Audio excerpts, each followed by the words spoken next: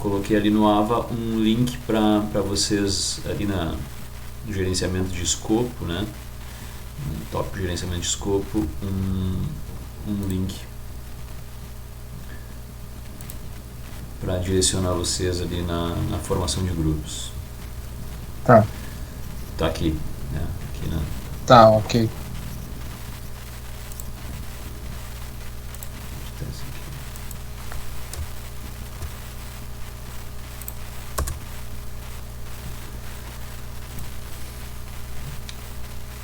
Bueno. Então tá, então voltando aqui à ideia do projeto, né, da proposta técnica e comercial.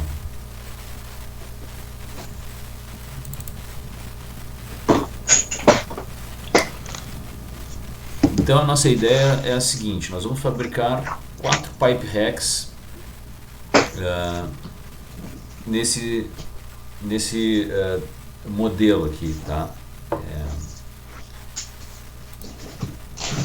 Então aqui tu tem uma estrutura 1, né? Uma estrutura 1, estrutura 2, estrutura 3, estrutura 4. Então são esses modelinhos de pipe rack aqui. Eles parecem pequenos, né? Aqui na imagem, mas eles na verdade eles são bastante robustos, assim, né? A gente vai ver. E como é que a gente sabe isso, né? Porque a gente vai ter inicialmente a gente vai ter um projeto, mas não necessariamente é o projeto dessas estruturas aqui que eu vou mostrar para vocês. Isso aqui é só um modelo, né, para a gente saber o que nós vamos fazer, né? É um modelinho 3D, né, para a gente ter uma ideia do que é o pipe rack, tá? E aí, né, eu lanço para vocês um outro tipo de desenho também, que é para, não que seja do mesmo pipe rack, ele não é na verdade, mas é um desenho de pipe racks, né? É um desenho típico, tá, de montagem, né? Então ele vem de uma maneira, ele vem assim, né? Desenho típico de montagem. Então ele vem com os perfis aqui, né, as laterais, né? Tu pega, se tu analisar aqui essa parte retangular aqui, né? É uma lateral que, se a gente aproximar aqui do fila A, né, ou seja, ele está dizendo que essa fila A se refere a esse eixo A aqui, ó, essa lateral aqui, e essa aqui é a lateral B, né? E aí ele vem aqui embaixo e dá o desenho da lateral B, né? Então ele dá o desenho das duas laterais, né? Das duas laterais. E aqui, né? E aqui ele dá o desenho, ele faz a outra vista, né?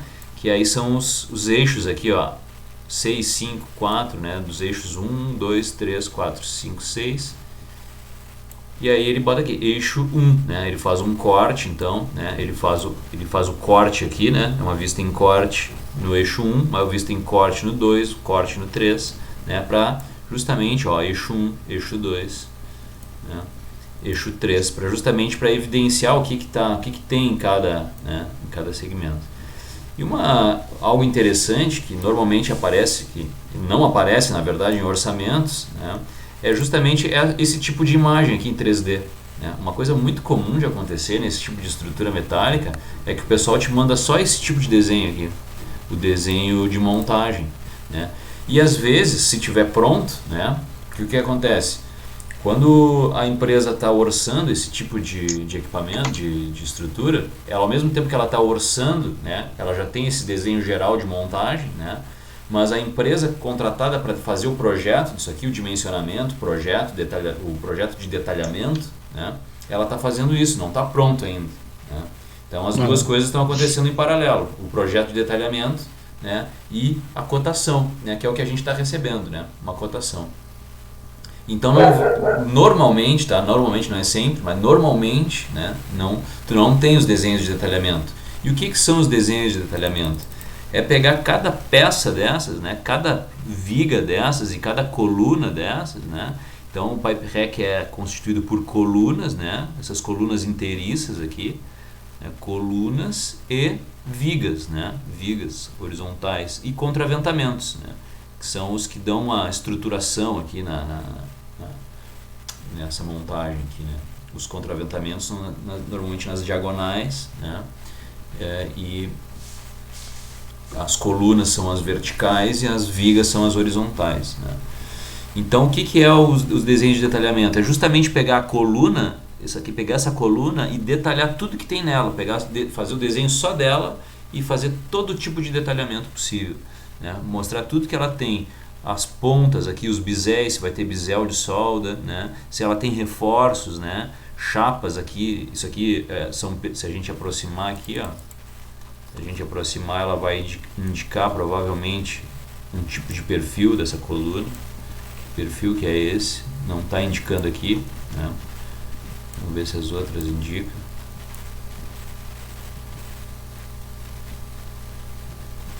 Tu vê que são informações que é um tipo de informação, tá, mas que tipo de perfil é esse? Né? Tu não sabe. Tu sabe que é um perfil I, né? Tu sabe que é um perfil I, né?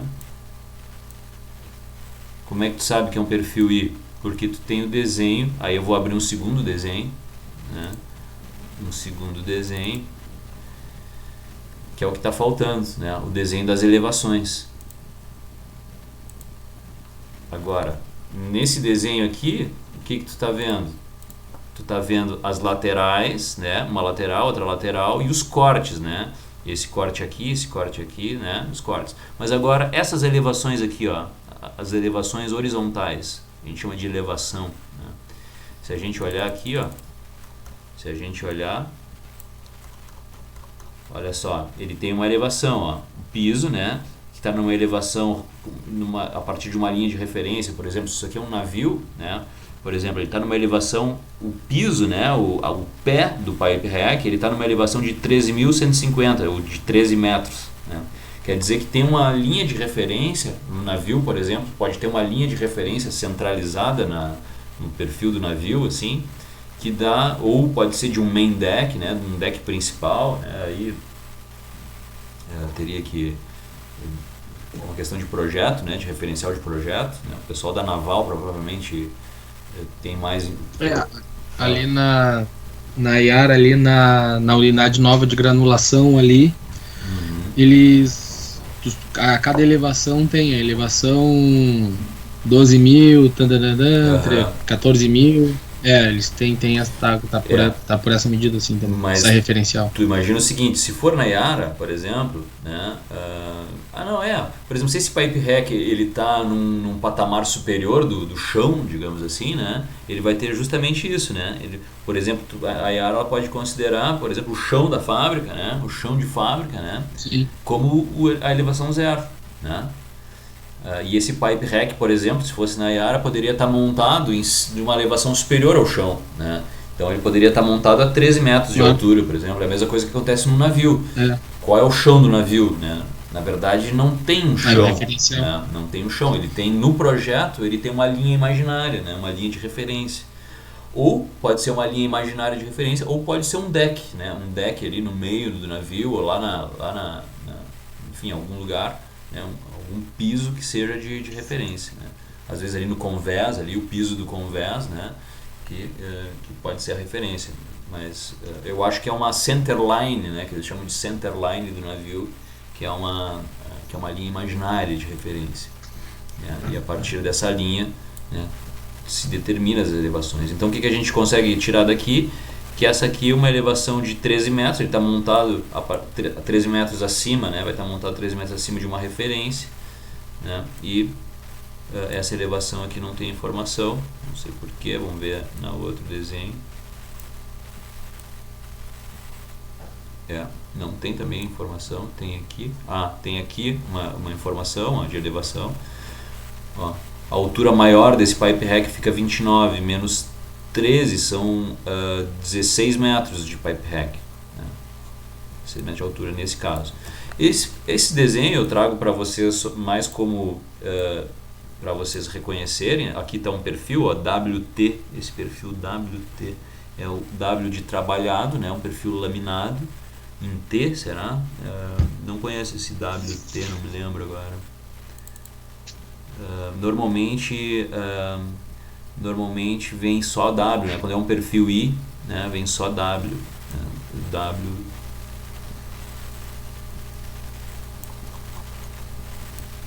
Ó, aqui a gente sabe que está chegando um perfil I, ó.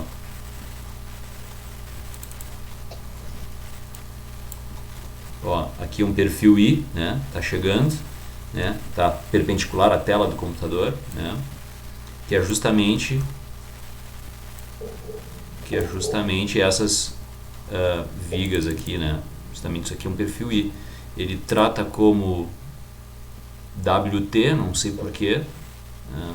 Mas ela é um perfil I, né? Porque eu sei por causa disso aqui. Tá. Vê se vocês conseguem admitir aí o Vitor que está entrando. Conseguem? Aparece essa opção para vocês? Não. Não? Pra mim, não. Então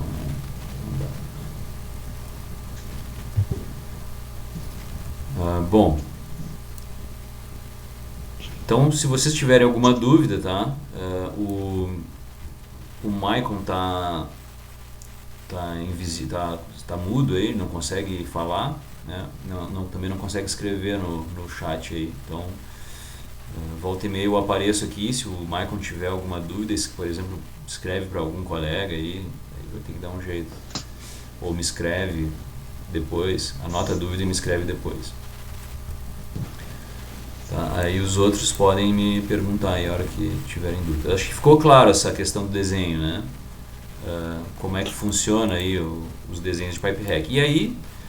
E aí tu vê que já começam a surgir dúvidas, né? Tá, mas isso aqui é um perfil I, mas que tamanho que é esse perfil, que bitola que é esse perfil I da coluna, por exemplo, né? Não tem essa informação aqui, pelo menos eu não achei de bate-pronto aqui, né? Aí tu começa, né, a campear essas informações, né? Pô, que isso, né? Começa a estudar o projeto, né?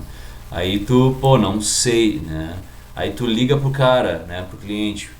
É bom não ficar ligando toda hora, na verdade, assim, por uma questão de, assim, do trato, assim, né? Tu daqui a pouco faz uma lista de dúvidas, né? Faz uma lista de dúvidas e em um determinado momento tu marca uma reunião, né, com a engenharia, com o pessoal responsável pelo projeto. Certamente eles vão conhecer esse projeto, vão poder te dar alguma informação, ou não, né? Ou eles também não vão saber, cara, isso aí está sendo definido lá no projeto, ainda não está definido e tal. E aí tu vai ter que tirar da tua cabeça, né? Tirar da tua cabeça. Mas aí tem não necessariamente, não exatamente assim da tua cabeça, tá? Porque um outro documento que vai vir também, né? Esse é um documento, então, né? Desenhos de montagem. Os desenhos de detalhamento, vamos considerar que não estão prontos ainda, né? A gente não tem esses desenhos, né? E para que serve o desenho de detalhamento, então, como eu estava falando, né? Vai pegar peça por peça e vai ter o desenho de uma única peça dessas, né? De uma única viga ou de uma única coluna, indicando onde tá, o que tem, né? Como que ela é, né? Nos detalhes, né? Nas pontas, se tem reforço, se tem soldagem, qual é a soldagem, né? Se é soldagem completa, assim, né? Dos dois lados, se é a soldagem, enfim, né? Vai detalhar algumas coisas, né? E assim como vai detalhar, por exemplo, como é que é esse contraventamento aqui, né? Como é que ele vai se ligar aqui, né? Nesse ponto de união aqui, né? Normalmente vamos considerar que é tudo por soldagem, né?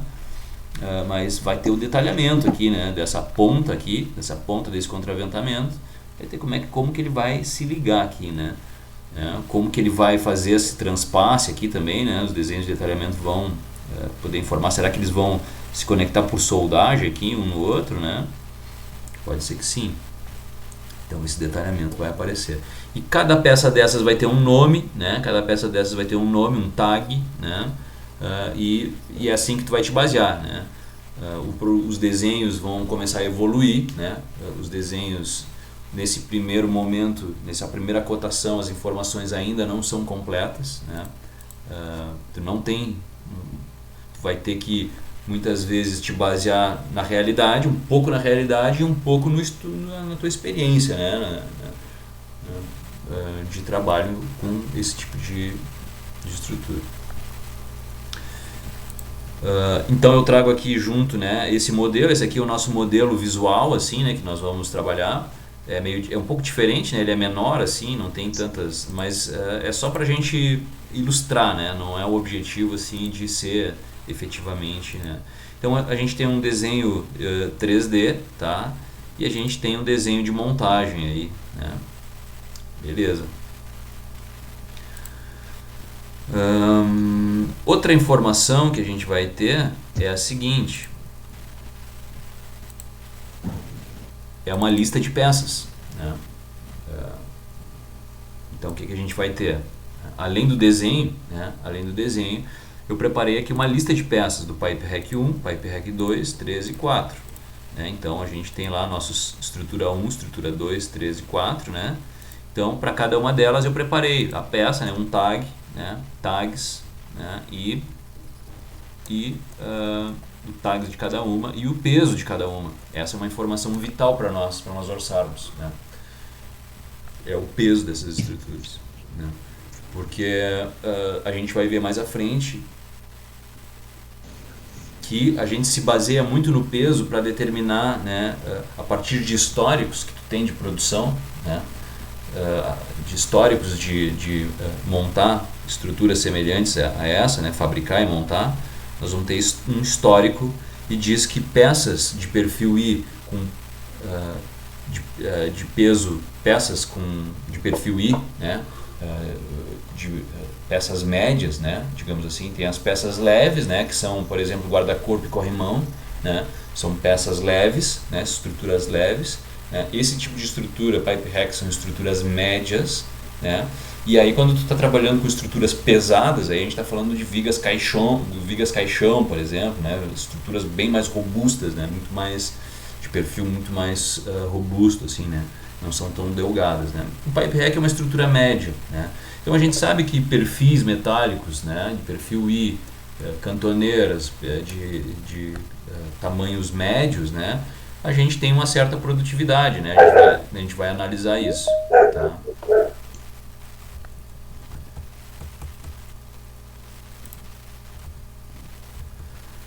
Então vocês vão ter aqui, né, a tag das peças, tá? A tag. Só peço para alguém que está com o cachorro latindo aí mutar o microfone. E vai ter também o número de juntas, né? Cada peça dessas, né? Tu imagina o seguinte, né? Que cada viga dessas, né, vai se juntar, né, vai ser soldada nessa coluna aqui, né. Então o que acontece? Não tem aqui. Vou buscar uma outra informação aqui.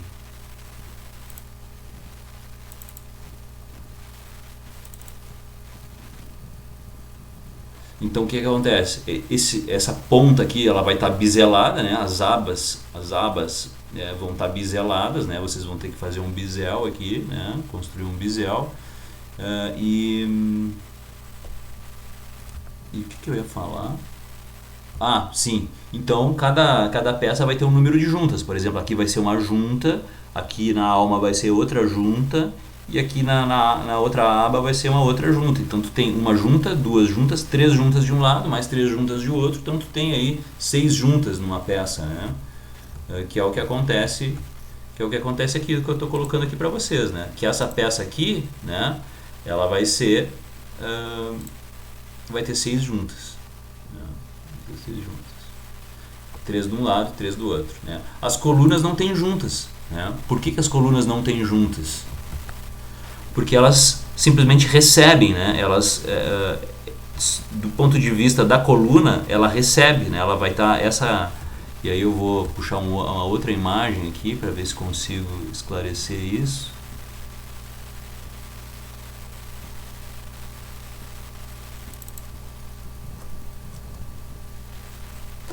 Aqui eu consigo. Se tu analisar, isso aqui é uma coluna, ó, uma coluna. E as vigas, elas entram dentro da coluna ali entre as abas, né? Então a coluna não tem junta, ela só recebe solda. quem vai estar biselada vai ser as vigas, né? E ela vai acoplar ali, né? Tu vai pontear elas, né? Vai acoplar, vai pontear e depois vai soldar, né? Então a coluna não tem junta, quem tem junta são as vigas, né? E aí uma outra coisa interessante também, né? Que na fabricação, olha só, cada ponto de solda aqui, olha essa coluna, né? Tem a coluna e aí tu vê que tem umas nervuras aqui no meio, ó, umas nervuras. Essas nervuras são reforços e esses reforços estão posicionados justamente onde vai um ponto de união, né? Que é para justamente dar um reforço aí para a estruturação da coluna, né?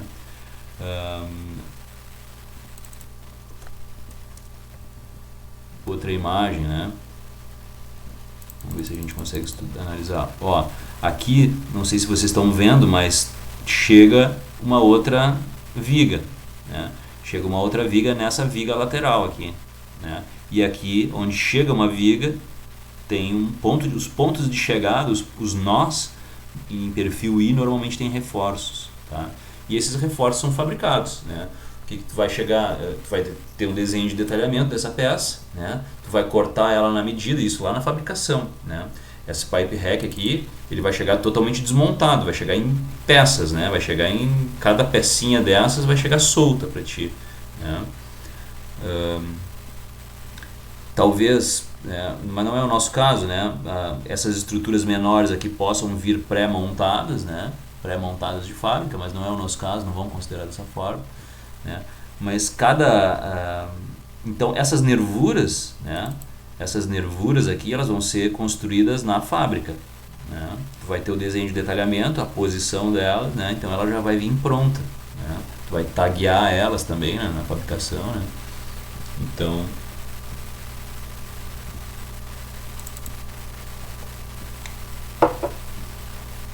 isso é um pipe rack, né? Uma estrutura soldada. Eu vou colocar isso também no material de vocês de referência, tá?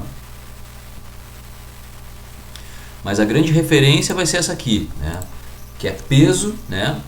É o tag e aqui, ó, tu vê que essa aqui são colunas, ó, uma coluna, duas colunas, três colunas, quatro colunas. Por que elas são colunas? Porque elas não têm juntas, né? Eu não coloquei juntas nelas aqui, a gente pode considerar como coluna. Eu até poderia colocar aqui, né? Posso até fazer isso, né? Entre parênteses, coluna.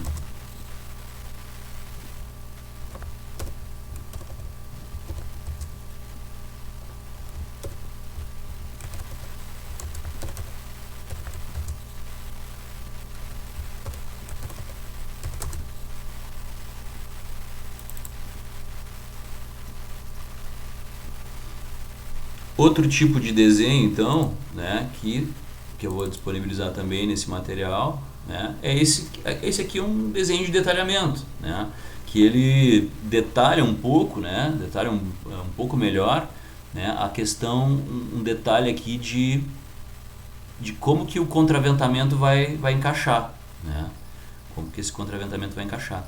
O que acontece? Aqui tu tem uma coluna, digamos, né? Essa vertical aqui é uma coluna, né? E está chegando uma viga nessa coluna, tá?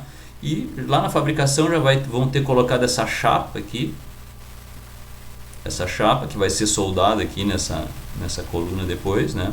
Ela já vai ter, ó, de fábrica já vai vir, né? Vocês já vão ter colocado esses reforços aqui, tá?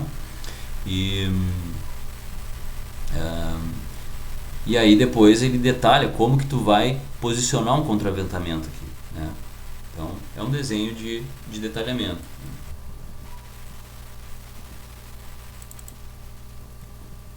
Aqui também tem outro desenho de montagem também, aí já é mais, já aparecendo equipamentos, tubulações e tal. Esse não é tão relevante. Bom, então esse é o nosso pipe rack.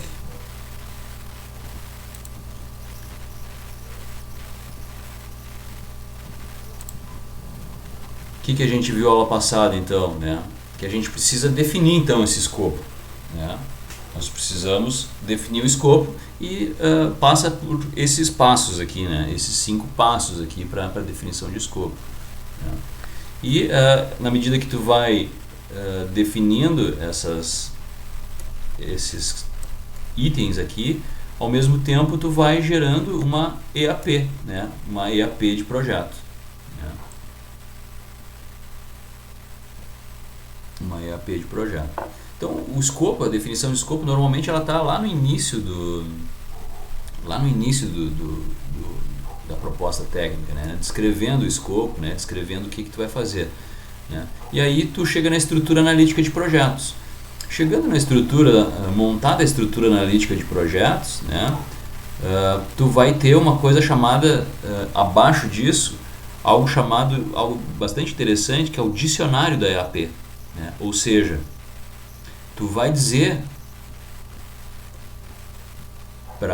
no dicionário da EAP, tu vai descrever o que se refere a projeto reforma, o que se refere à execução de obra, o que se refere à entrega de obra, o que é isso, tu vai descrever o que cada tópico da EAP está querendo dizer, o que significa isso, né?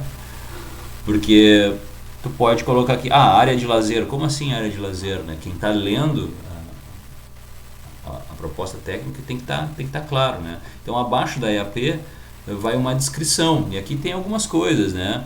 Por exemplo, identificar por código, né? Mas isso aí é só numerar ali 2.1, 2.2 ali, aqui aqui, por exemplo, seria 1, 2, 3, né? 1.1, 1.2, 1.3, 2.1, 2.2, 2.3, né? E assim por diante. Então, código, né? Descrição do trabalho, premissas e restrições. Aí tu pode colocar isso aqui tudo, ou, né? Não necessariamente precisa ser tudo, né? Mas aquilo que tu acha relevante, né? Para informar no dicionário da EAP, né? Tu pode colocar na EAP estimativa de custos, né? Aqui, por exemplo, ó, é uma EAP que ela diz o seguinte, né? Que aqui está o projeto total, com custo total de 600 mil, né? Isso a gente não vai falar ainda de custo, tá? Nós não vamos se preocupar com isso, tá? Mas é algo que tu pode colocar, né? Tu não precisa nem, às vezes tu não precisa nem falar em custo, né? Mas tu omite essa informação aqui e diz assim, ó, que a definição, o design e a implementação, cada uma está ponderada em relação ao trabalho total, né? Esse aqui é o 100%, né? Então isso aqui está ponderado aí entre desses 100%, 10% de definição, 40% de design e 50% de implementação. E aí tu vai desmembrar esses 10% em outras, né, subentregas aqui, tá? Então tu pode fazer isso também, né? Pode montar dessa forma também. E como é que a gente pode estabelecer essa EAP, né? Vamos dar uma olhada aqui, né? Então, vou colocar numa planilha Excel aqui rapidamente, tá? Para começar a conversa, né? PipeHack, então a gente pode... Quais são os grandes marcos, então, né? Como a gente falou na aula passada, né? Os marcos, né? Quais são os grandes marcos desse trabalho, né? É fabricação na casa de vocês, fabricação e montagem, né? Esses são dois grandes marcos, assim, né? Que tu vai estabelecer. A partir desses marcos, tu vai ter entregas, né? Quais vão ser as minhas entregas dentro da... quando a gente fala em entregas, é algo mensurável mesmo, né? É aquilo que tu pode ser recebido, que tu pode receber um pagamento, por exemplo, sobre aquilo, né? Por exemplo, no caso da fabricação, quais atividades, né, envolvidas aí no processo de fabricação? É receber a matéria-prima, né, que quem vai fornecer vai ser a contratante, né? Vai receber a matéria-prima, tu vai posicionar ela no pátio, tu vai botar ela na produção, ela vai ser cortada, ela vai ser biselada, tu vai soldar reforços, né, conforme o desenho, né, tu vai levar para o jato, depois tu vai levar para a pintura e depois tu vai expedir, né? Basicamente é isso, essas são as etapas, assim, a grosso modo, né? Então cada etapa dessas, né, isso está num nível muito detalhado, isso que eu falei, então tu pode reunir isso tudo, por exemplo, em preparação de peças, preparação de peças, né, ou corte das peças ou preparação de peças, né, que envolve isso tudo tá englobado o quê? Receber as peças, posicionar elas no pátio, depois colocar elas em linha, né, cortar, biselar, né, e soldar reforços, né. Beleza, essas são atividades, mas isso já é algo muito específico, né? O que eu vou receber, quando é que eu vou receber isso, né? Quando um inspetor dimensional chegar lá e disser assim, ó, vou medir essa peça, vou medir os biséis, vou medir a posição dos reforços, né? Se dimensionalmente está dentro das tolerâncias de projeto, está aprovado dimensionalmente, pode pintar, né? Então esse é um marco, né? Aliás, esse é uma entrega, entreguei essa parte, né? A outra parte é jato e pintura, né? Jato e pintura. Essa é outra entrega que tu pode fazer, né? Depois que o dimensional, né, o inspetor dimensional lá, né, da qualidade me liberou essas peças, né, beleza, agora eu vou pintar elas, né?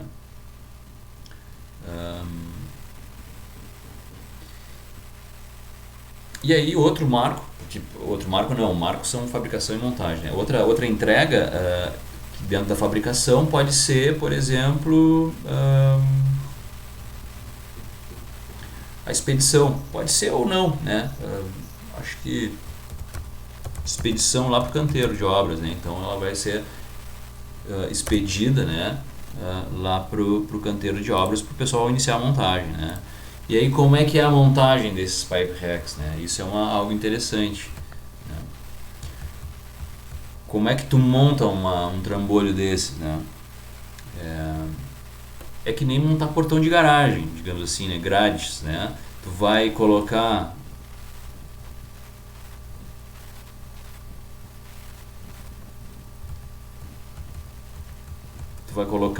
ela perfilada sob cavaletes, ou seja, tu vai montar as laterais dela no chão, né? Tu vai montar as laterais delas no chão, né? Tu vai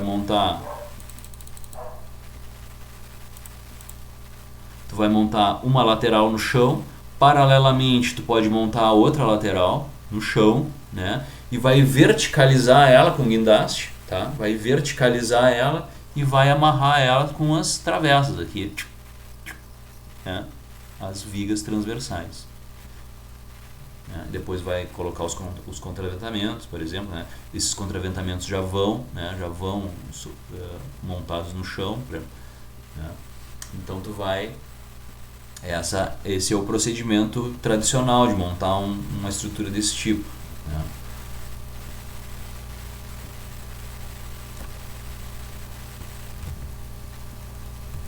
Então o que tu vai fazer é o seguinte: tu vai fazer uma pré-montagem, né?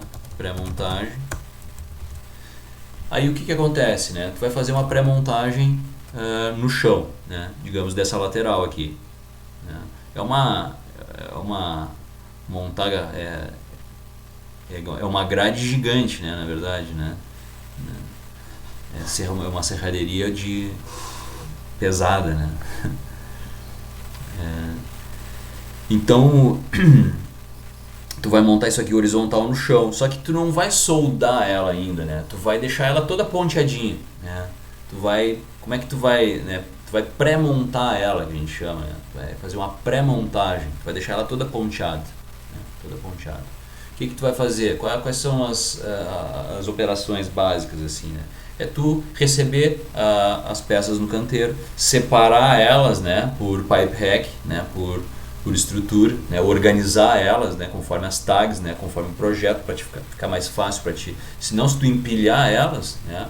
Vai ser uma bagunça e não tem como trabalhar, né? Tu tem que organizar elas, né?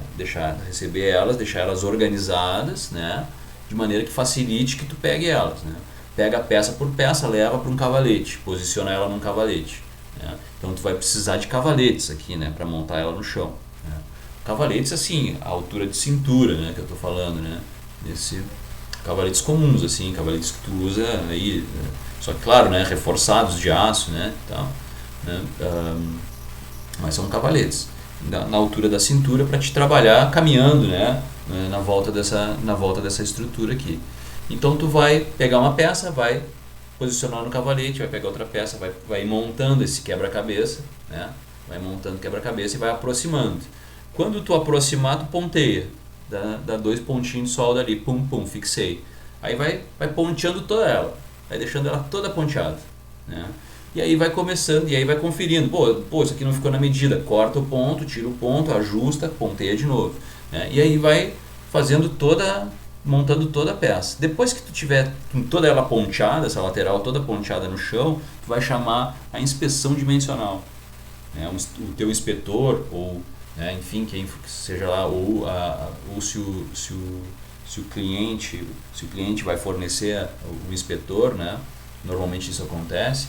Tu vai chamar o cara que é responsável por liberar esse dimensional, que é um inspetor dimensional, um inspetor de qualidade, né? Enfim, o cara vai vir lá, um cara que vai ter uma atribuição, né, de dizer, né, vai ter uma competência para dizer que aquela a estrutura está dimensionalmente ok, né? Então ele vai começar a bater treino aqui, bater medida, tá? E vai dizer, tá ok, pode soldar, né? Aí tu vai começar os processos de soldagem, né?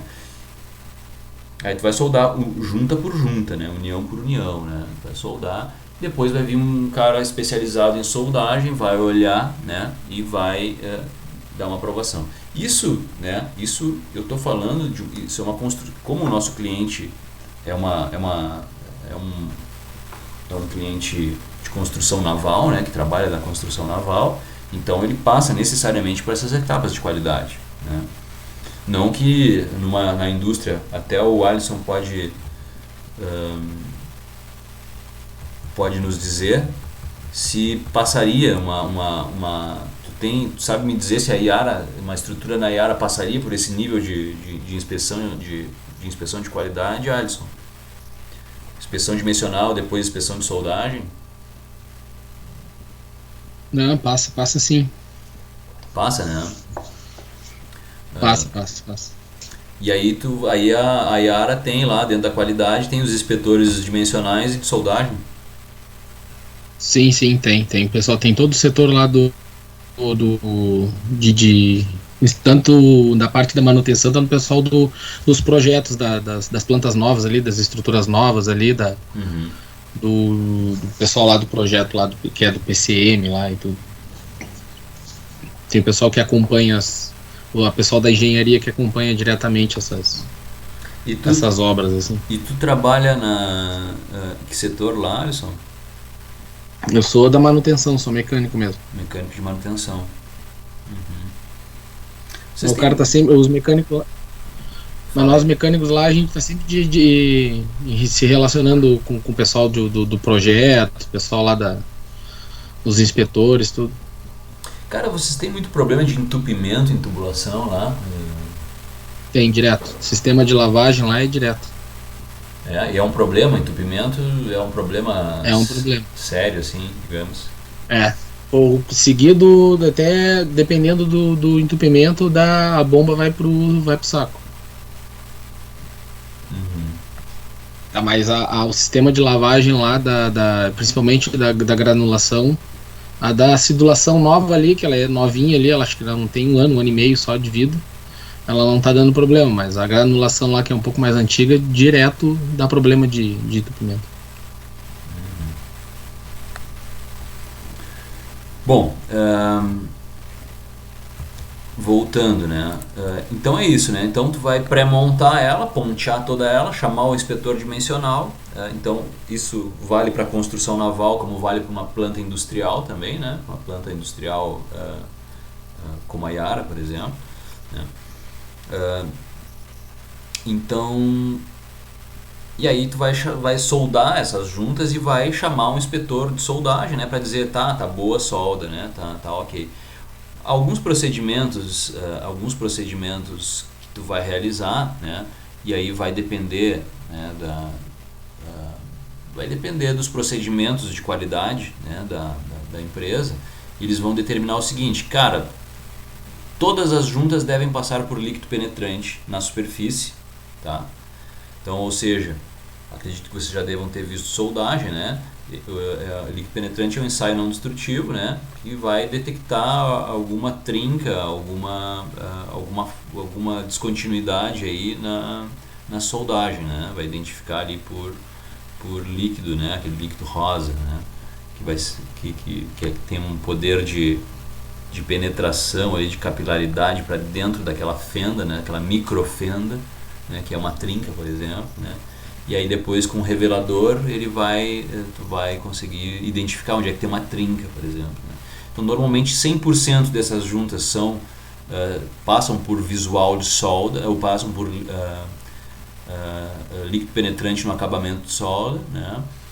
E algumas porcentagens, aí vai depender, né, é preciso fazer um líquido penetrante na raiz de solda também, né, alguns pontos críticos ou alguma amostragem, né, também. Olha, 10% dessas juntas aí precisam passar por ensaio LP, né, líquido penetrante na raiz da solda. Então, são procedimentos de qualidade. Feita a soldagem, né? Então tu vai verticalizar ela, vai verticalizar essas laterais todas soldadas, né? E aí vai partir para a mesma situação, vai pontear, né? Pontear as vigas transversais, né? Vai pontear elas, vai chamar um dimensional, o dimensional vai dar ok, vai soldar, o espessor de solda vai dar ok, e aí tu vai fazer os retoques de pintura, né? Que tu pintou lá na fábrica. Mas essas pontas aqui onde tu soldou, isso aqui está tudo danificado, né? A pintura dela está toda queimada, né? Então o que tu vai ter que fazer? Vai ter que limpar, né? E fazer retoques de pintura com rolinho, enfim, né? Pinturas de retoque, né? Então esse é basicamente, né? De maneira bem, obviamente que executar um trabalho desse na prática ele é bastante delicado, ele não é tão simples quanto parece, né? Principalmente quando tu está falando, né, nessas juntas, né, que essas juntas são de difícil acesso, né? Nem sempre tu consegue soldar com um processo MIG-MAG, né, que é um processo mais rápido, né? Às vezes tu precisa soldar com eletrodo, que é um processo lento, né? O que acontece? Depois que isso aqui verticalizar, como é que tu vai manter isso aqui em pé, né? Tu vai ter que colocar um sistema de travamento, né? Para deixar ela em pé. Tu vai ter que começar a montar andaime na volta disso aqui. Deixa eu dar uma pesquisando aqui. Deixa eu mostrar uma coisa para vocês. Olha só, isso aqui é um pipe hack. Outras fontes aqui. Ó, isso aqui é o seguinte, ó, isso aqui é um pipe hack. Ó, o pessoal está verticalizando ela, ó. Tá verticalizou, travou ela em algum lugar aqui, ó, ela tá toda travada, ó, né, uma estrutura toda travada, tá? Em algum lugar ela tem um travamento aqui, ó, aqui tem um travamento, ó, eles colocaram em cima de uma chapa, né? Isso aqui é uma montagem dentro de um galpão que essa estrutura vai ser movimentada daqui, né? Essa estrutura vai para outro lugar. Então eles montaram em cima de uma chapa, né? E aí botaram uma trava aqui para segurar ela na vertical, né? Lá tem outra trava lá no fundo, lá, uma trava lá no fundo, uma trava aqui, outra trava. Então ela tem travas, e cada coluna dessa tem uma trava para manter ela na vertical, né? E aí se tu vê esses tubos aqui, ó, começa a montar andaimes, né? Porque como é que tu vai acessar cada junta dessas aqui, né? Tu vai ter que acessar cada uma delas, né? E aí começa o problema, né? De montar o andaime. Olha só, olha toda a estrutura de andaime que tem na volta né? Tu monta patamares de andaime, né? Então a montagem de andaime é crítica aqui, né? Nesse tipo de estrutura, né? E aí tu já está fora de posição aqui, né? O soldador vai ter que já vai entrar muito trabalho sobre a cabeça, né? Numa posição agachado ali e tal. O soldador já começa a perder rendimento, né? Então realmente, aí cai, a solda não passa, tem que desmanchar, né? A solda não passa no processo de qualidade, tem que desmanchar, tem que acertar, né? Então é encrenca, não é barbada esse tipo de estrutura aqui, não. Tá?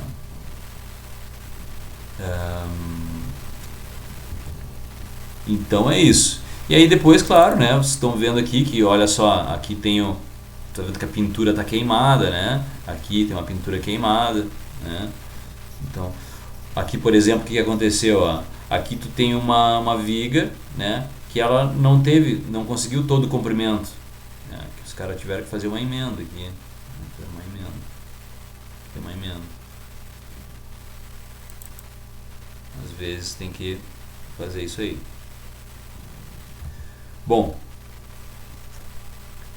mais ou menos essa é o esquema de montagem, né? Aí eu estou gravando esse vídeo, tá? Então vai ficar salvo para vocês ali. Então basicamente a gente deu uma geral aí, passou de maneira bem geral aí no escopo, né? Isso é uma coisa também que vocês vão ter que propor, né? No escopo.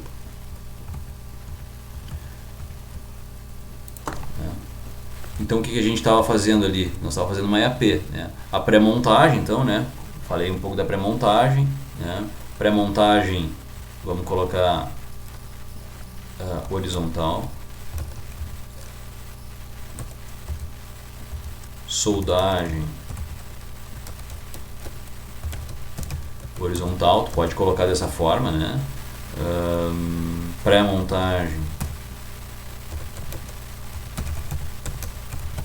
vertical, soldagem na vertical, soldagem vertical, soldagem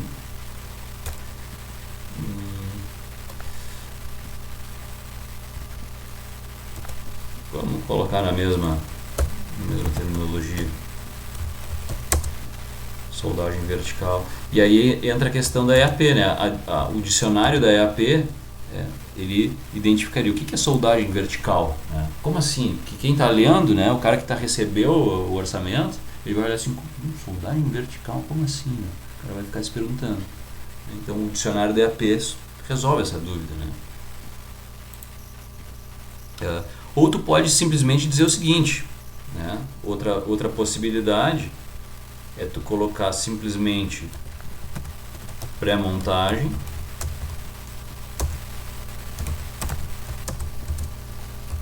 solda retoque de pintura, né? Pode colocar assim também, né? Também acho que até fica mais enxuto assim, fica mais interessante, né?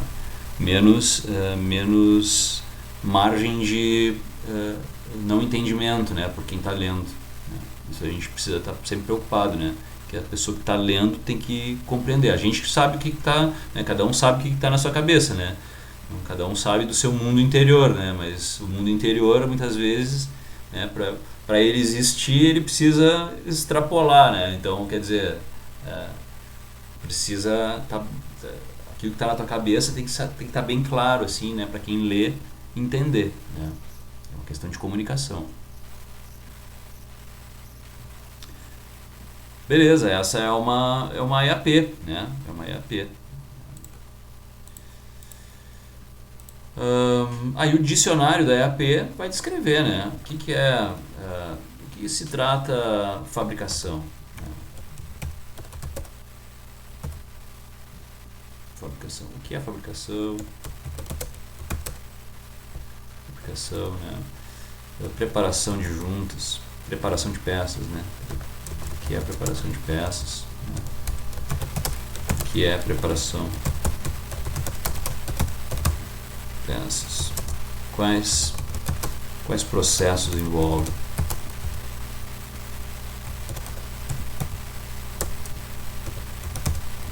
Os processos envolvidos, né?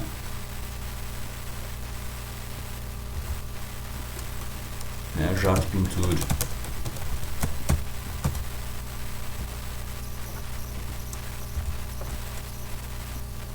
Expedição.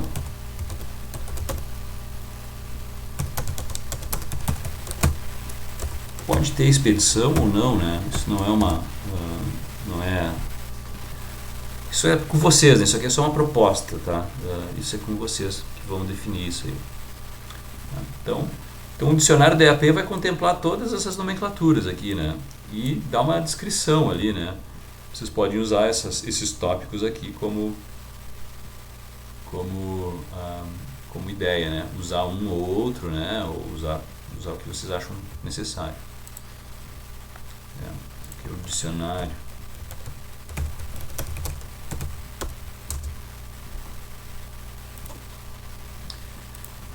Beleza, então.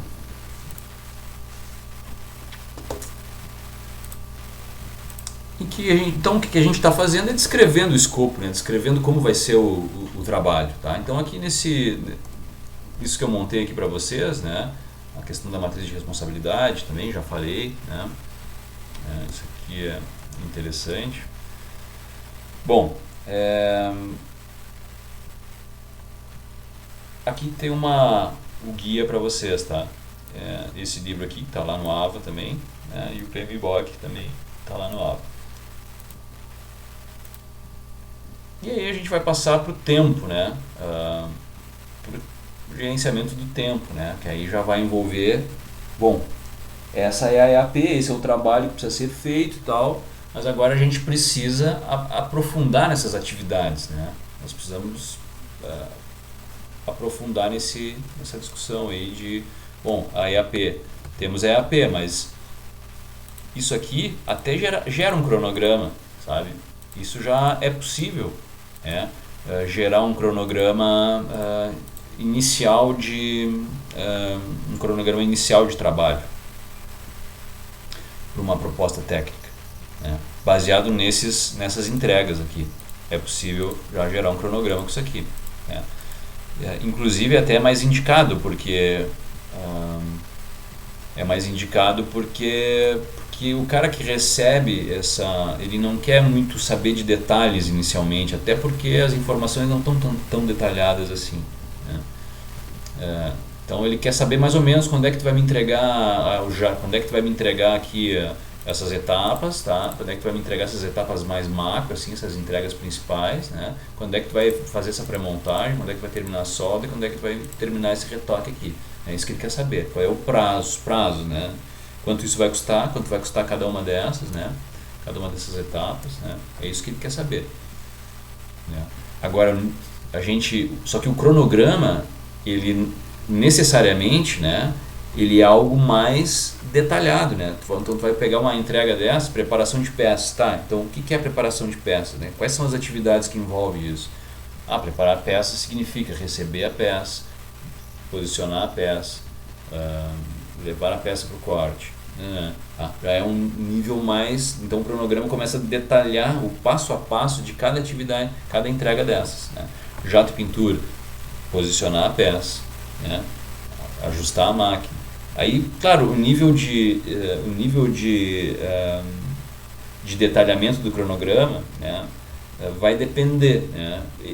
Nesse caso, né, no caso da proposta técnica, obviamente que a gente vai ter que aprofundar no cronograma, porque eu quero que vocês aprofundem para a gente treinar isso, né? Mas não seria necessário, né? Na prática de uma proposta técnica comercial, essas entregas principais aqui já seria suficiente para montar um cronograma. Mas a gente vai precisar praticar, né? Então vocês vão montar atividades aqui, não precisa ter um nível de detalhamento muito grande, né? Só imaginar como é que nós vamos fazer essa preparação de peças, né? Como é que nós vamos fazer o jateamento de pintura. Vamos tentar montar uma estratégia de trabalho, né? Num cronograma.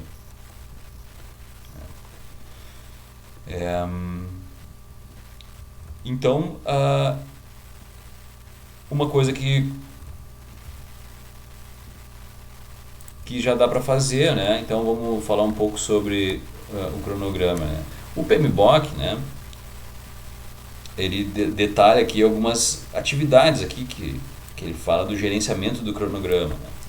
Então ele fala inicialmente aqui que é planejar o gerenciamento do cronograma, as etapas, né? Planejar o gerenciamento do cronograma, definir atividades, sequenciar atividades, estimar a duração das atividades, desenvolver o cronograma, né, e controlar o cronograma. Isso aqui claramente no processo de execução, né, para controlar o cronograma. Planejar o cronograma é uma questão de uma reunião inicial, né, é uma questão de, como é que nós trabalhamos com o cronograma aqui na empresa, né? A nossa política, nós vamos trabalhar com software tal, né? Nós vamos estabelecer, como é que nós vamos estabelecer as estimativas de tempo, né? Esse trabalho aqui, é melhor a gente estimar, por exemplo, em dias, né? Ou a gente vai ter que estimar em semanas, ou a gente vai estimar em meses, ou a gente vai estimar em horas, né? Então, essas coisas, essas informações assim que vão começar a rolar, né? Para planejar o cronograma. É um documento, né, formal assim, que o PMBOK sugere, né? Mas não é importante para nós aqui, né? O que é importante para nós é definir as atividades, né? Sequenciar essas atividades, estimar a duração das atividades e desenvolver o cronograma. Essas 4 etapas aqui são fundamentais para nós. Tá? E como é que nós vamos trabalhar fazendo isso, né? Como é que nós vamos fazer essas 4 etapas aqui, né? A gente vai, por exemplo, opinião especializada, né? Que é como é que tu vai saber, né? Como é feita uma atividade, né? Será que tu tem conhecimento suficiente para dizer assim, bom, essa pré-montagem a gente faz o seguinte, né?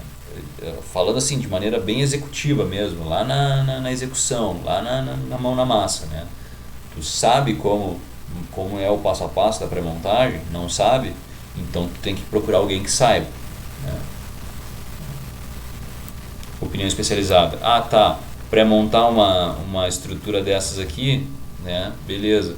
Mas quanto tempo a gente leva para fazer isso? Como é que é? Isso é demorado? É 1 dia, 2 dias, 3 dias, 5 dias, 20 dias? Quanto tempo leva isso aqui, né? Isso aí tu precisa definir, né? Inclusive isso aí vai determinar o teu preço, né? Inclusive que se tu errar uma estimativa de tempo, né? Porque tempo é dinheiro, né? Tempo, se tu disser que dura 20 dias, né? Quer dizer que 20 dias tu tá pagando pessoal, né? Tu tá disponibilizando recurso, tu tá com recurso envolvido, né? Agora, será que em 10 dias, mas como é que tu sabe que 20 dias dá para fazer e não em 10 dias, na metade do tempo, que seria a metade do custo de fazer dessa pré-montagem aqui, por exemplo, né? Então isso é muito delicado, né? E às vezes tu diz, leva 10 dias, 10 dias a gente monta isso aqui, tá? E aí daqui a pouco tem algum detalhe aqui prático, né? Um detalhe prático que tu não sabe e que não leva 10 dias, leva 20 dias. E aí tu fez o teu orçamento baseado em 10 dias, né? Tu montou tua estrutura de custos baseado em 10 dias. E aí ferrou, né? O que tu faz com esses outros 10 dias que tu precisa trabalhar mais, né? Pagando mecânico, soldador, engenheiro, não sei o que, parará, né? Fora a encrenca que tu vai arrumar com o cliente, né? Porque tu disse que tu fazia em 10 dias, né? É a mesma coisa tu chegar, tá fazendo uma reforma na tua casa. Se o cara te disse que vai fazer isso aqui numa semana e tá levando 1 mês, como assim, né? Então, é a mesma coisa. O cliente vai começar a ficar de cara, né? Já vai começar os problemas, né? Já vai começar a torração já. Então, opinião especializada. Se tu não sabe, né?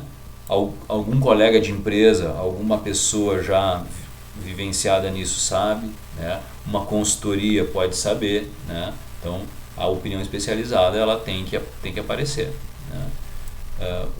Utilize várias pessoas, né?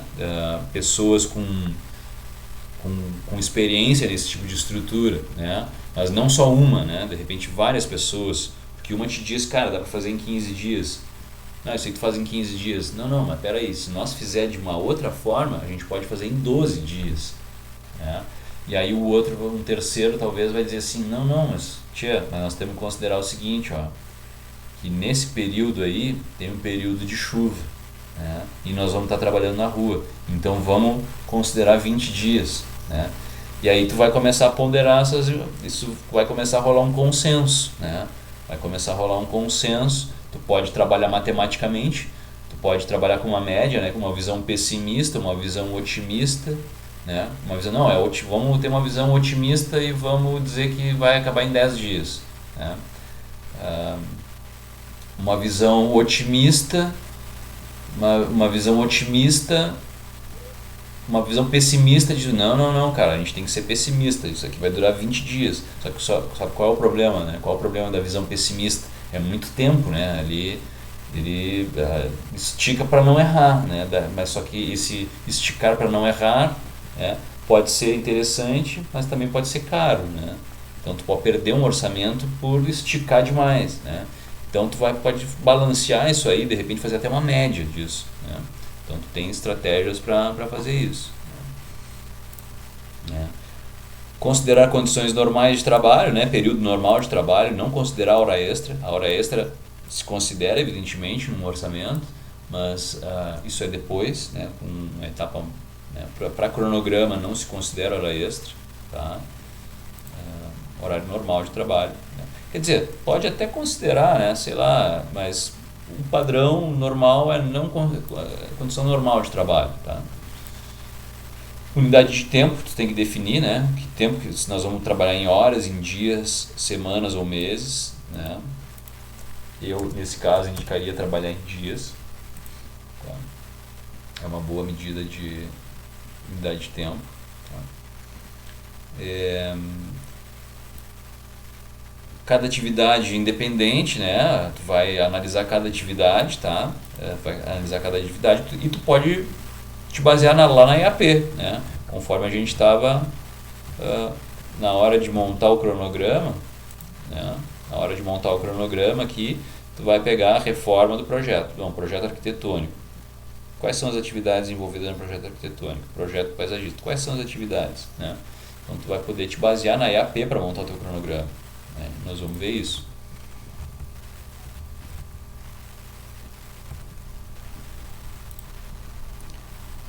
Reservas de contingência não fazem parte do cronograma.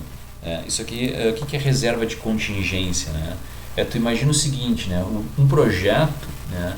Ele é algo que não existe, né? Ele é único. Tu pode até ele não é uma rotina, né? Diferente de uma rotina.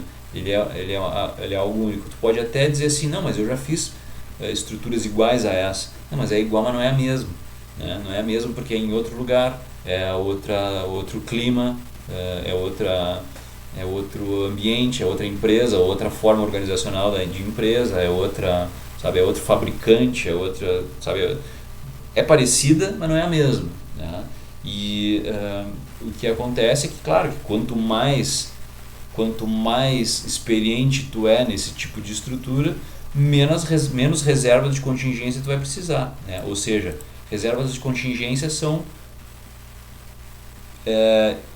tu estimar recursos extras, né, financeiros, para evitar problema. Por exemplo, chuva acima do esperado, né? Se tu previu uma chuva lá num dado histórico de chuvas, né, e choveu acima do esperado, né, tu tem que, tu vai ter que bancar isso, né? Tu vai ter que segurar essa onda aí, né? Então, essa reserva de contingência tu pode tomar a mão, é tipo uma poupança, digamos assim, é uma reserva que está dentro do orçamento, está dentro da decomposição de custos ali, né? Ela está diluída no preço do projeto, mas tu, como dono do projeto, executor do projeto, tu tá com ela separada para ti, né? Tu vai receber ela de qualquer forma, mas ela tá separadinha ali para garantir que essas situações aconteçam. Por exemplo, aconteceu uma greve, né?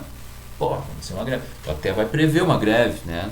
Na verdade, a greve tu não prevê, né? Na verdade, a greve é justamente, tu tem uma probabilidade de haver uma greve, né? Depois a gente vai ver isso, né? Então, a gente tem uma reserva de contingência para, se haver uma greve, né? Ter uma grana para segurar as pontas, né?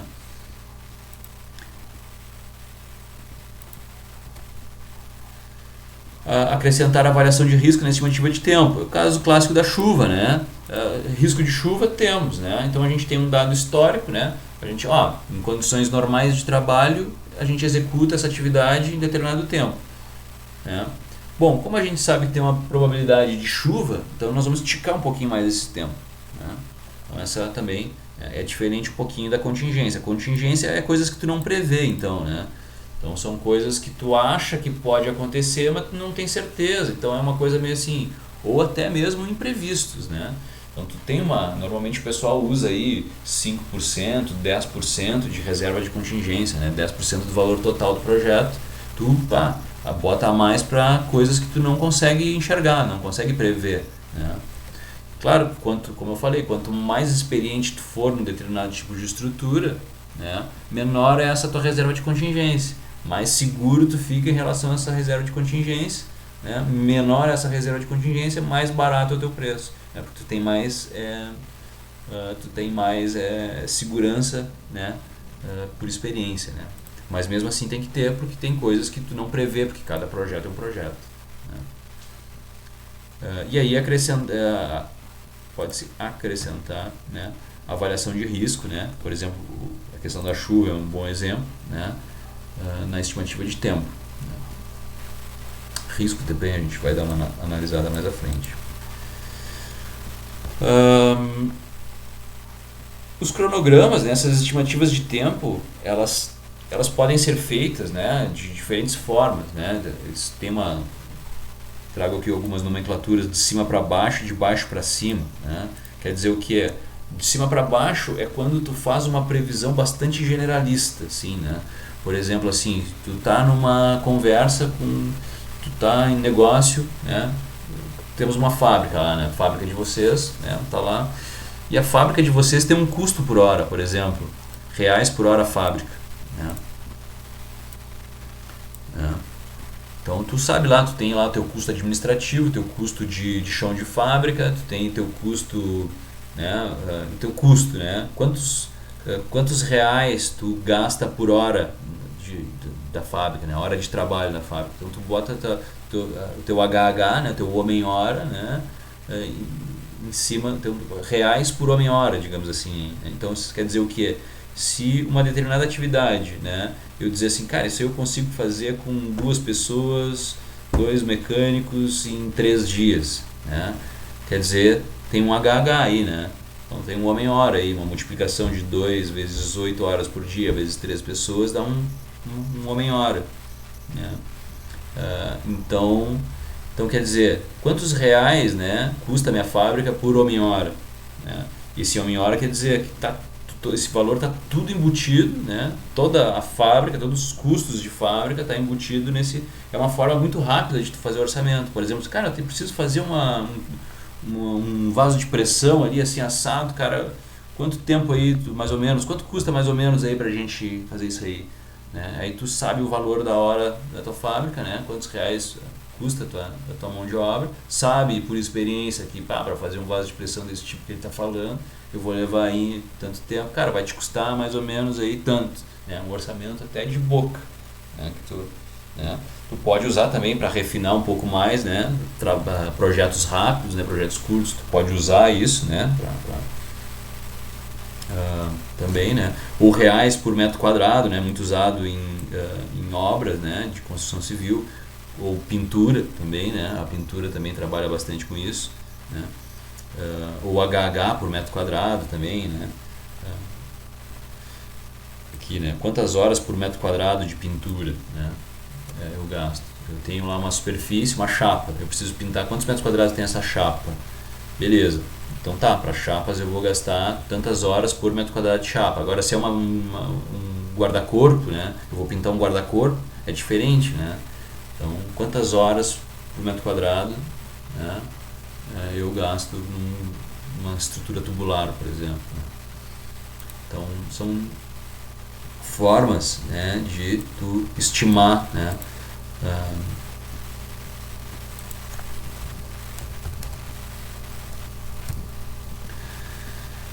então, essa aqui, por exemplo, reais por metro quadrado, né, se tu pegar na construção civil, cara, quanto custa uma casa, padrão médio aí, né? Padrão de material médio, né?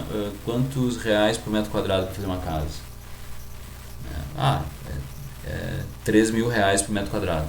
Então tu vai ter uma planta, né? Vai ter uma metragem quadrada, né? Vai multiplicar isso por 3 mil reais. Tens uma planta de 100 metros quadrados, vai multiplicar por 3 mil reais por metro quadrado. Quer dizer que vai 100 metros vezes 300 mil. É isso aí. Vai te custar 300 mil essa casa. Outra forma também, né?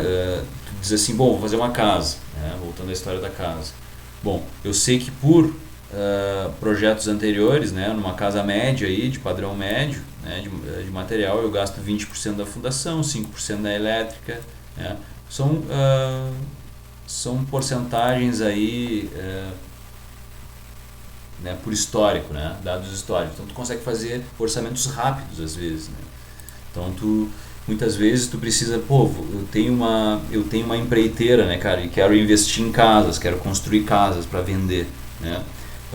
Então vamos fazer o seguinte, eu quero eu estou fazendo um planejamento estratégico aqui, eu quero daqui a pouco fazer 3 casas, né? Quero expandir 3 casas aqui, quero construir 3 casas, né? Nesse meu planejamento estratégico, né, para ter 3 casas, quanto mais ou menos eu vou gastar, né? Qual vai ser a minha ordem de grandeza de recursos, né? Pô, vai ser isso aqui, ó. Vou pegar minha fundação elétrica, não sei o que é. Então, eu sei que a minha mão de obra vai me custar 40%, eu sei que o meu material vai me custar 60%. Então, tu vai fazendo proporções assim baseado na história, né? Baseado nos teus dados históricos, tu vai jogando ali para prever coisas, né?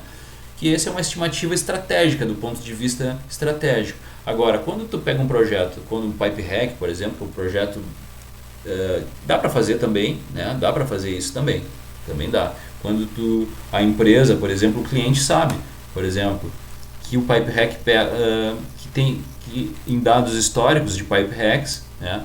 Eles gastaram tantas horas por tonelada de pipe hack, ou por quilo de pipe hack, que seja. Normalmente esse é um índice bastante utilizado, HH tonelada, né? Bom, outras estruturas parecidas eu gasto tantas horas por tonelada num pipe hack, né? Numa estrutura semelhante, né? Beleza.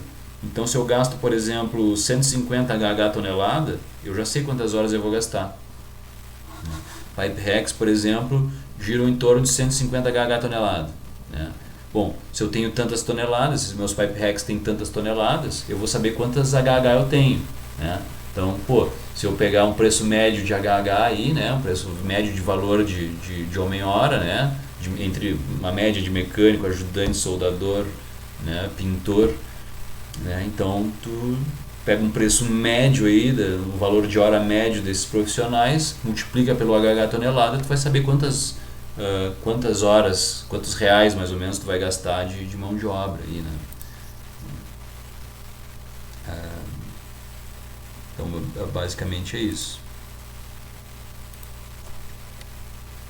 Aí também vocês podem ler o capítulo 5 aqui do processo gerencial, né, e o PMBOK. Até vou dar uma olhada no PMBOK aqui com vocês, nesse capítulo 6. Né? Como é que é apresentado o PMBOK, né? Começa, né, gerenciamento do cronograma do projeto. Então o PMBOK começa assim, ele é muito assim, né? Aquelas atividades que eu até coloquei para vocês, né, de planejar, definir, sequenciar, estimar, desenvolver, né? Então tá aqui, né? E aí ele coloca quais são as entradas, quais são as ferramentas e técnicas e quais são as saídas, né? Ou seja, quais são os documentos que servem de base, né, para te planejar o gerenciamento do cronograma, quais são as ferramentas e técnicas utilizadas e quais as saídas, né? O que vai gerar, né, um plano de gerenciamento de cronograma. Por exemplo, desenvolver o cronograma. Tá? Não, vamos numa outra aqui, ó. Definir atividades ou sequenciar atividades. Sequenciar atividades, né? Essa etapa aqui de sequenciar, bom, tem entradas, né? Quais são as entradas? São teus documentos de referência, que é o plano de gerenciamento de projeto, documentos de projeto, né? Que é o que eu vou passar para vocês, fatores ambientais da empresa, ativos de processos organizacionais, que são índices antigos, históricos de obras semelhantes, né? Ativos de processos organizacionais. Ferramentas e técnicas, método diagrama de precedência, integração e determinação de independência, né? Antecipação e esperas, sistemas de informação e gerenciamento de projetos. Bom, essas são as ferramentas técnicas para te sequenciar atividades, né? E as saídas, né? O que vai me gerar esse sequenciamento de atividades? Diagrama de rede, de cronograma de projetos, atualização dos documentos de projeto, né? É isso que vai desenvolver o cronograma. Quais são as saídas, né? Linha de base de cronograma, o cronograma, né? Dados do cronograma, calendário de projeto, atualização do plano de gerenciamento. Então, é isso aí, né? E aí, andando um pouquinho mais, né, ele vai começar a abordar cada um daqueles tópicos ali.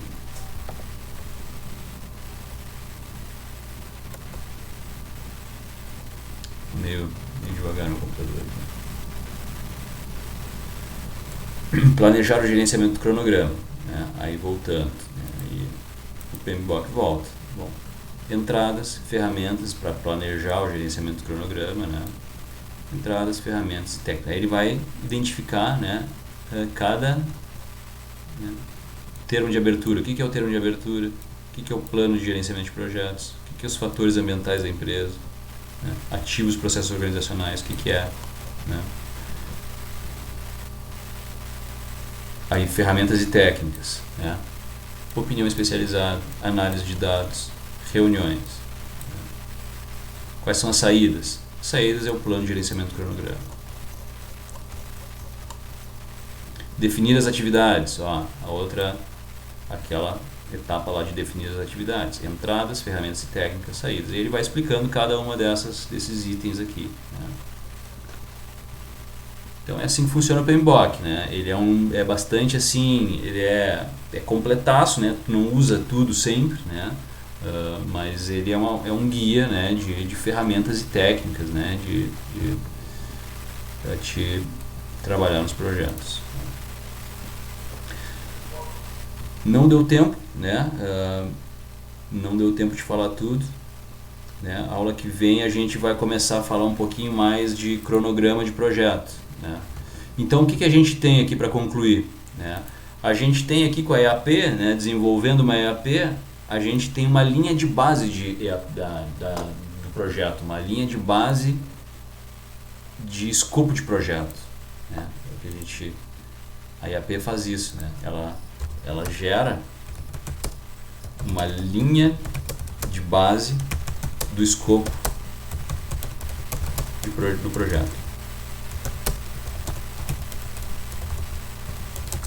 É uma linha de base, né? Isso aqui foi definido, né?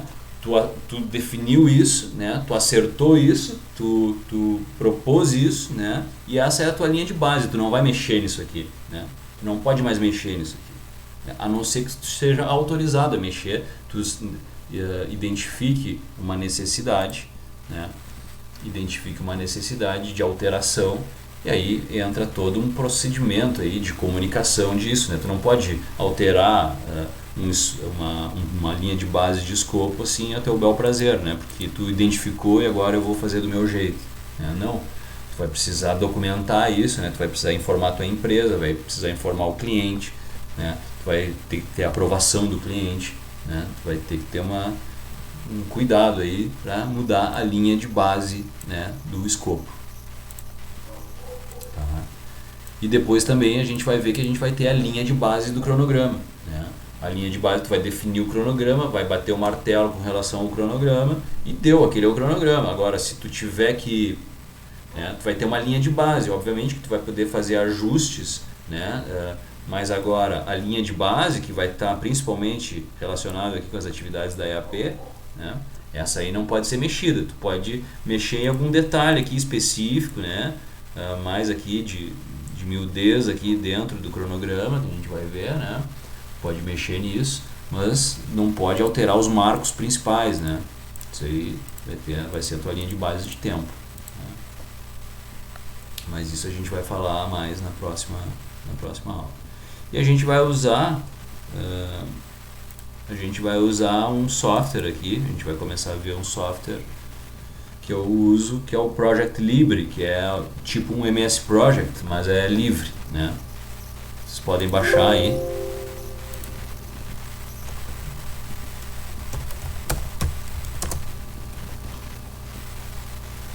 Vocês podem baixar o Project Libre, né? É o mesmo LibreOffice, né? Só que é do Project, né? E aí a gente vai começar, né, a desenvolver.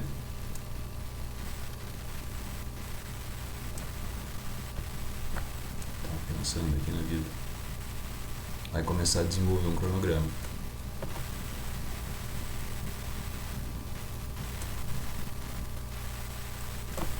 Ó, vai ter pipe hack 1, pipe hack 2, pipe hack 3,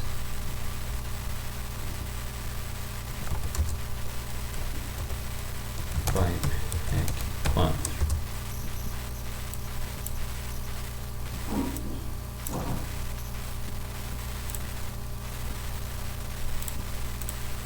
Não. né? Vai hierarquizar eles aqui, né? A gente vai ver como fazer isso, né? Vai colocar diz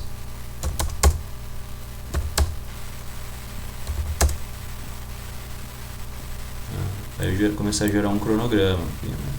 Não sei se vocês já trabalharam com o MS Project. Vai colocar precedentes, né? Para quem tarefa uma que começa depois da outra.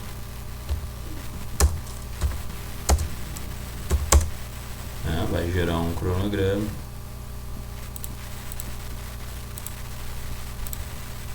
E aí a gente vai começar a brincar com isso, né?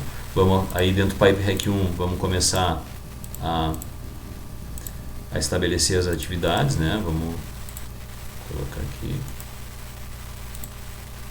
PipeHack 1, fabricação, montagem,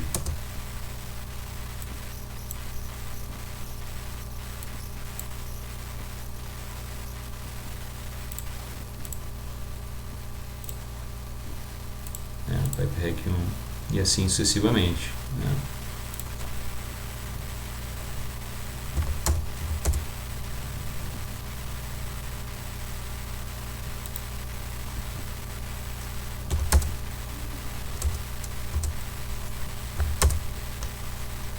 E aí vamos montando um cronograma, né? Depois nós vamos abrir um pouquinho mais.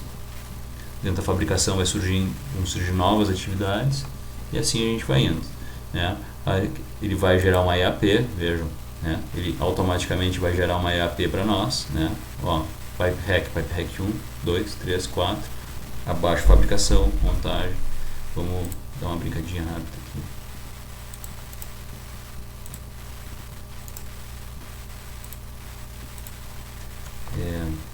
Fabricação, corte, pintura. Vamos hierarquizar ele aqui.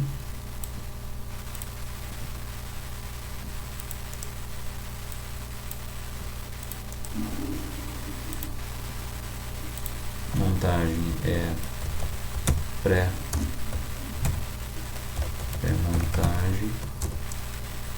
soldagem. Vamos hierarquizar ele. Bom, vamos ver a EAP. Ó, então na fabricação, né, já te dá uma EAP. Tu pode colocar uma informação de custos aqui, né? Ou não, acho que tu pode editar isso aqui. Mas ele já vai automaticamente te dar uma EAP, né? Uma EAP de projeto. Bacana. Tu vai poder inserir recursos, né? Quais são os teus recursos? Quais são os recursos? Vamos trabalhar. Tu pode botar recursos materiais ou recursos humanos, né? Normalmente eu gosto mais de trabalhar só com recursos humanos. Eu não tô acostumado a trabalhar. Eu uso mais para cronograma, né? Para fazer um histograma, né? Tudo isso a gente vai dar uma olhada aqui na nossa disciplina. Então aqui a gente fez um cronograma básico, né? Um cronograma bem básico.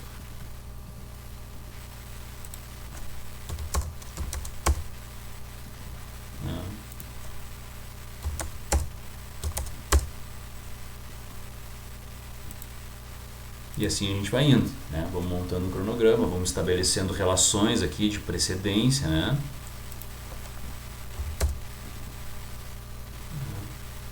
Um precede o outro, né? Aquela coisa, bom, essa atividade aqui, a pintura só começa depois que termina o corte, né? Depois que tu preparou a peça, né? Na montagem, né? A soldagem só começa depois que a pré-montagem tiver pronta. Então a solda, atividade 8, né? Só começa depois que a atividade 7, né? Então os antecessores aqui, né? Então a gente vai criando relações. E aí depois, se tu mudar aqui, por exemplo, botar 2 dias, todo o cronograma se ajusta, repara, né? Então na medida que tu vai amarrando o projeto, depois tu vai mudando esses prazos, né? Ajustando esses prazos, eles vão, né? Os recursos também, a gente vai alocar recursos, e esses recursos tu vai poder ver quantas horas de trabalho, né? Tu vai poder ver se esses recursos estão super alocados ou estão sublocados, né?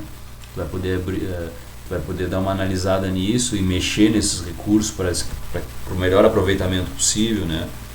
Vamos tentar trabalhar vamos buscar trabalhar nessa linha aí. Então a gente vai montar um cronograma, vai montar uma estrutura de recursos, né? E vamos montar um preço, né? Então a partir de um orçamento, de uma proposta técnica, nós vamos passar por definição de escopo, né? Montagem de um cronograma, né? Montagem de um histograma, né? Estabelecer recursos, estabelecer um orçamento, né? Depois a gente vai dar uma olhada também lá no último bimestre na questão tributária, né? Que entraria nesse tipo de projeto, né? Que vai entrar também no nosso orçamento. Então, a partir de uma proposta técnica e comercial, tu consegue aplicar uma série de conceitos dentro do gerenciamento de projetos.